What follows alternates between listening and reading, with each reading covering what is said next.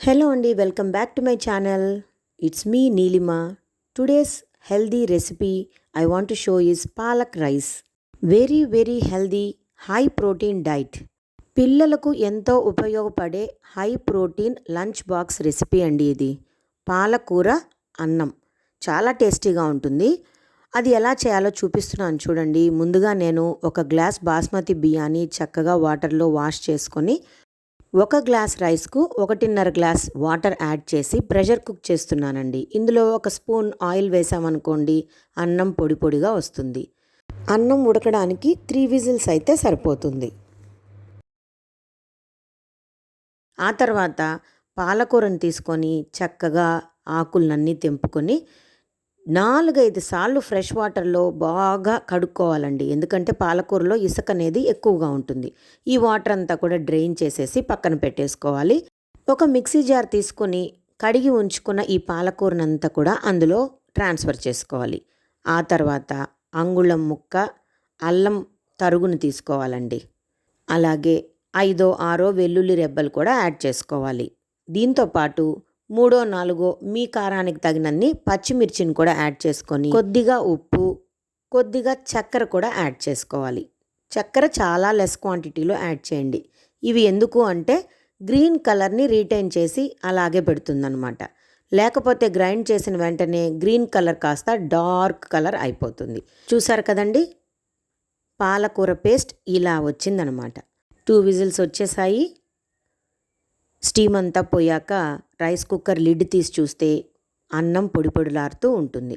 ఇప్పుడేం చేయాలంటే ఇలానే అన్నాన్ని వదిలేయకుండా ఇంకొక బౌల్లోకి ట్రాన్స్ఫర్ చేసి కాసేపు అన్నాన్ని ఆరనివ్వాలి. ఈలోపు పన్నీర్ క్యూబ్స్ని కొద్దిగా ఆయిల్లో కానీ గీలో కానీ ఫ్రై చేసుకోవాలండి. లైట్ బ్రౌన్ కలర్ వచ్చే వరకు ఫ్రై చేసుకోవాలి. ఇది ఆప్షనల్, మీకు ఇష్టమైతే పన్నీర్ యాడ్ చేసుకోవచ్చు, లేకపోతే అవసరం లేదు. కొంతమంది క్యాజూ నట్స్ కూడా వేపుకుంటారు, అవి కూడా తినడానికి చాలా టేస్టీగా ఉంటాయి. ఇక మెయిన్ ప్రిపరేషన్లోకి వచ్చేద్దామండి.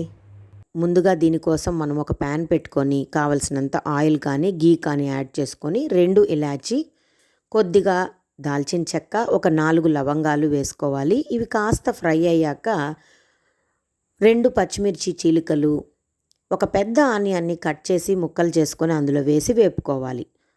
ఆనియన్స్ ట్రాన్స్పరెంట్గా వస్తే చాలండి, ఎక్కువ వేపుకోకూడదు. కాస్త కరివేపాకును కూడా యాడ్ చేసి బాగా కలుపుకోవాలి. ఇప్పుడు కొద్దిగా అంటే ఒక స్పూన్ కసూరి మేతిని కూడా పొడి చేసి వేసుకోవాలండి. దీనివల్ల మంచి టేస్టు ఫ్లేవరు వస్తుంది. ఆ తర్వాత మనం పాలక్ పేస్ట్ ఉంది కదా, దాన్ని యాడ్ చేసుకోవాలి. ఇదంతా కాస్త పచ్చివాసన పోయే వరకు ఆయిల్లో ఫ్రై చేసుకోవాలి. ఆయిల్ కాస్త పైకి తేలాక ఒక స్పూన్ గరం మసాలాను కూడా యాడ్ చేసుకోవాలి. కాసేపు పాలక్ పేస్ట్ని అలాగే ఫ్రై అవ్వనివ్వాలి. అలానే వదిలేస్తే ఆయిల్ కానీ మనం వేసిన నెయ్యి కానీ పైకి తేలుతుంది. అలాంటప్పుడు రైస్ వేస్తే ఎంత ఉప్పు అయితే అవసరమవుతుందో అంత ఉప్పుని ఇప్పుడే యాడ్ చేసేసుకోవాలి. తర్వాత ఉడికించి పెట్టుకున్న బాస్మతి రైస్ని వేసుకోవాలి. బాస్మతి రైసే వాడాలన్నా, నార్మల్ రైస్ వాడకూడదా అనేమి లేదండి. మీకు ఇష్టమైతే చిట్టి ముత్యాల రైస్తో చేసుకోవచ్చు, లేదా నార్మల్ సోనా మసూరి, జీలకర్ర మసూరి బియ్యంతో కూడా చేసుకోవచ్చు. కానీ బాస్మతి రైస్ అయితే మంచి వాసన వస్తూ టేస్ట్ బాగుంటుందని ఇలాంటి రైసెస్లో బాస్మతి రైసే యూజ్ చేయమని చెప్తాం.